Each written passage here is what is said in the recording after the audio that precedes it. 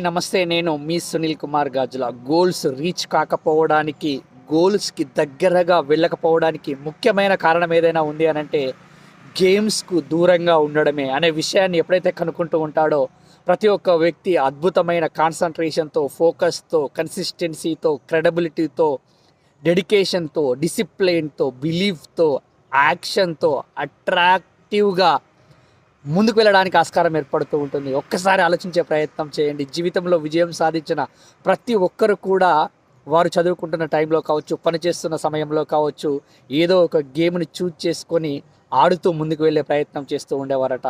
ముఖ్యంగా మనం గేమ్స్లో శారీరకంగా దృఢంగా ఉంటాము. ఎప్పుడైతే మనిషి శారీరకంగా దృఢంగా ఉంటాడో మానసికంగా స్ట్రాంగ్గా ఉండడానికి ఆస్కారం ఏర్పడుతూ ఉంటుంది.